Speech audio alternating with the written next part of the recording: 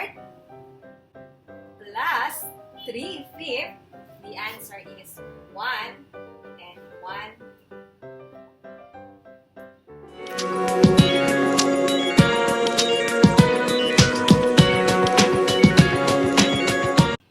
Hi everyone, I'm Lisa, your teacher. I'll be the one to help you and guide you for your continuous learning. So welcome back and welcome to our channel. Welcome to Teacher Lisa's Learning Corner. Today, we are going to talk about the fractions. Why? As requested by one of our viewers, Maria Samantha Lumawig. Hi Samantha, Ate Sam. From the comment box, she said, Teacher Lisa's Learning Corner. Hihi, ano po, fraction, haha. Notice, paki-next vlog And I said, yes, sure, on my next vlog. And now is the time. So this vlog is for you, Ate Sam, and for the learners who are having hard time solving fraction problem. But before we proceed, please watch the whole episode, like, share, and subscribe, and click the bell button to be updated.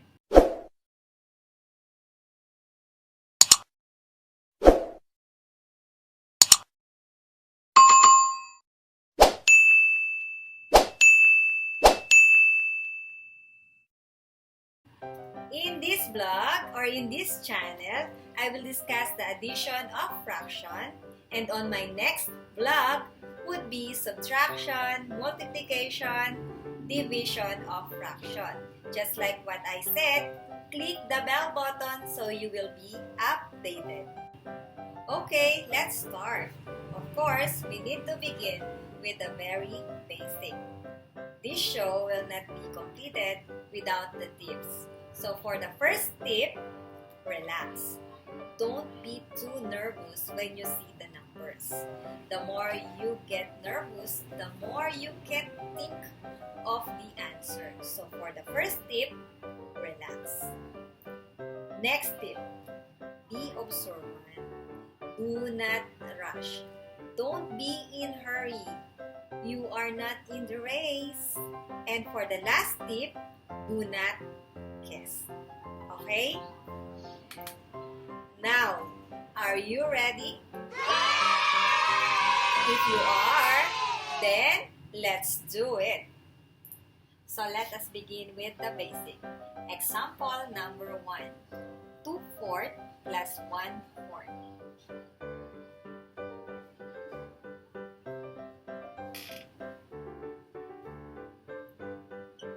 2/4 plus 1/4. Rule number 1. Observe the denominator. So what do you see? Yes, you are correct. Both denominators are the same. So what are we going to do if they have the same denominator? Copy the denominator and add the numerator.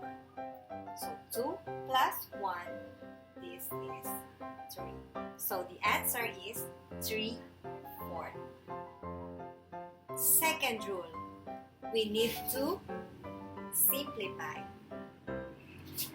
Since 3/4 is the simplest term or the lowest term, we don't need to simplify it. So the answer is 3/4. Okay, for the next example, 5/12 plus 3/12. Okay, rule number 1, you have to observe again. So, they are having the same denominator. Same rule, having the same denominator, then let's copy the denominator. Okay, and then let's add the numerator. 5 plus 3, and this is 8. So what do you see? So the answer is 8 over 12 or 8/12. The next rule is that we have to simplify it. So how are we going to simplify? Use the GCF or the greatest common factor of 8 and 12. So what is the GCF of 8 and 12? So the GCF of 8 and 12 is 4. So 8 divided by 4 is 2. 12 divided by 4, it's 3. So it is now in the lowest term. So 5/12 plus 3/12 is equal to 2/3. An example,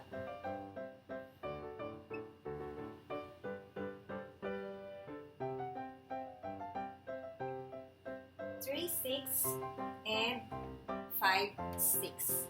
Again, what is the rule? Observe. Let us observe again the denominator. As you can see, the denominators are the same again. So we can simply copy. We can simply copy the denominator. So it's 6. So 3 plus 5 is 8.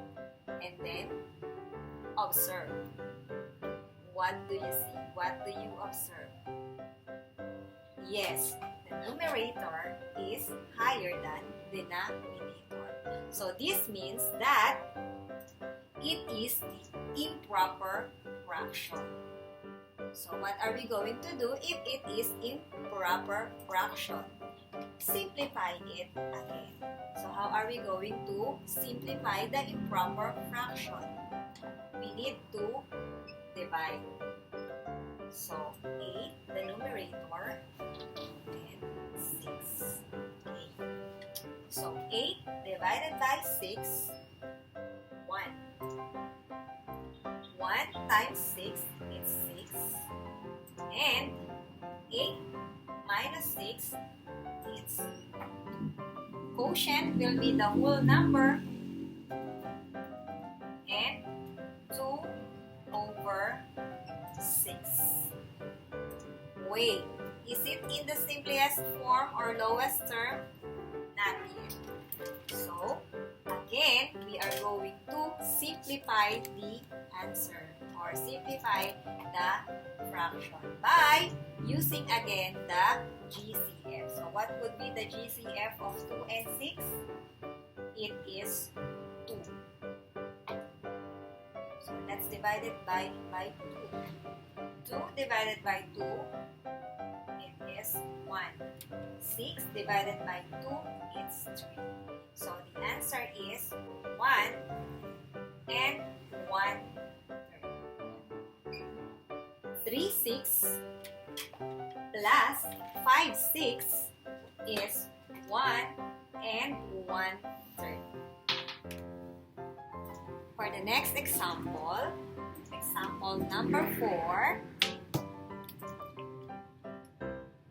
3 and 7 over 10 plus 1 and 4 over 10. So the first rule, observe again. So this time there are changes. As you can see, there is a whole number, 3 and 1. So let's start. So 3 plus 1, it's 4. And then, observe again. Both are having the same denominator. So, copy it again. So 7 plus 4, this is 11. Okay? So, the answer is 4, 11 over 10. But, we need again to simplify. How are we going to simplify? As you can see, the answer is in improper fraction. just like what we did a while ago, we need to divide it. So 11 divided by 10 is 1. 1 multiplied by 10 is 10. 11 minus 10 is 1. So the answer is 1 and 1 over 10. Are we done? Not yet. So, since we change the improper fraction to proper fraction, we are going to add it 1 and 1 over 10. So 4 plus 1, this is 5 and 1 over 10. So the answer for 3, 7, 10, and 1, 4 over 10, the answer is 5, 1 over 10. Okay, for the last example, what if the problem is having dissimilar denominator? For example,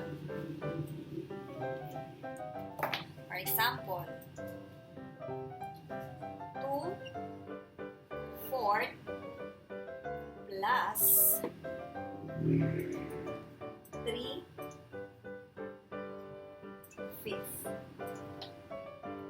As you can see,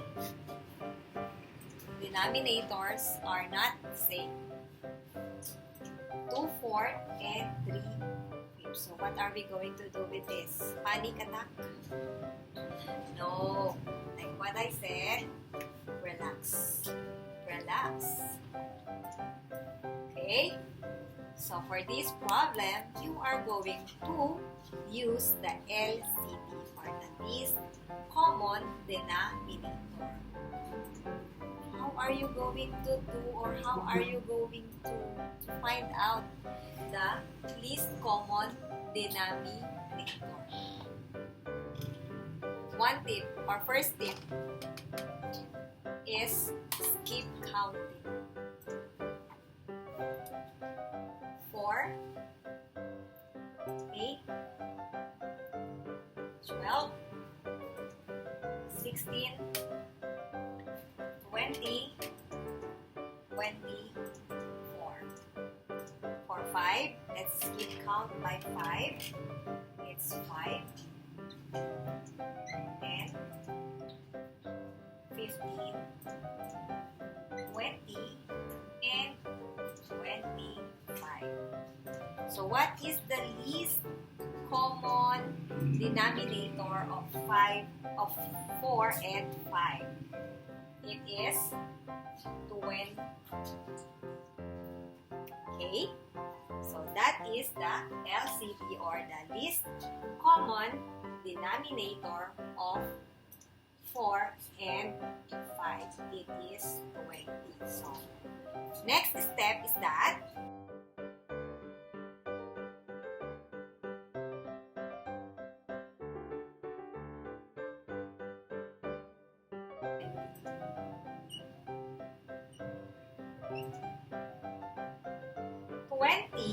divided by 4, it's 5 times 2, that is 10.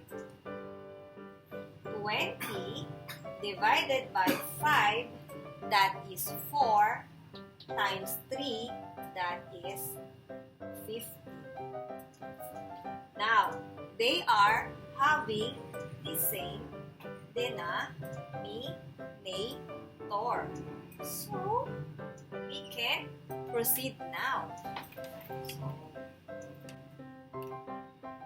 equals, they are having the same denominator. So, this is 20. 10 plus 15, this is 25. Again, it is in improper fraction. We are not done yet. So, if it is in improper fraction, divide it. So, 25 divided by 20 it's 1. Multiplied by 20, it's 20. 25 minus 20, it's 5. So, 1 and 5 over 20. Now, it's 5 over 1 and 5 over 20. But this is not yet in the lowest term. So what are we going to do? We are going to divide it, or we are going to use the GCF. So divide it by 5. The GCF of 5 and 20 is 5. So 5 divided by 5, it's 1. And 20 divided by 5, it's 4. So the answer is 1 and 1. So 2/4 plus 3/5, the answer is 1 and 1. So that's it, Samantha. I hope I helped you. But before I go, I want to leave you with an activity. It's 4 and 3, 9 plus 3 and 2/3. But before you answer, always remember the tips I gave you. Please comment your answer below. Don't forget to like, share, subscribe, and click the bell button to get you updated. Bye!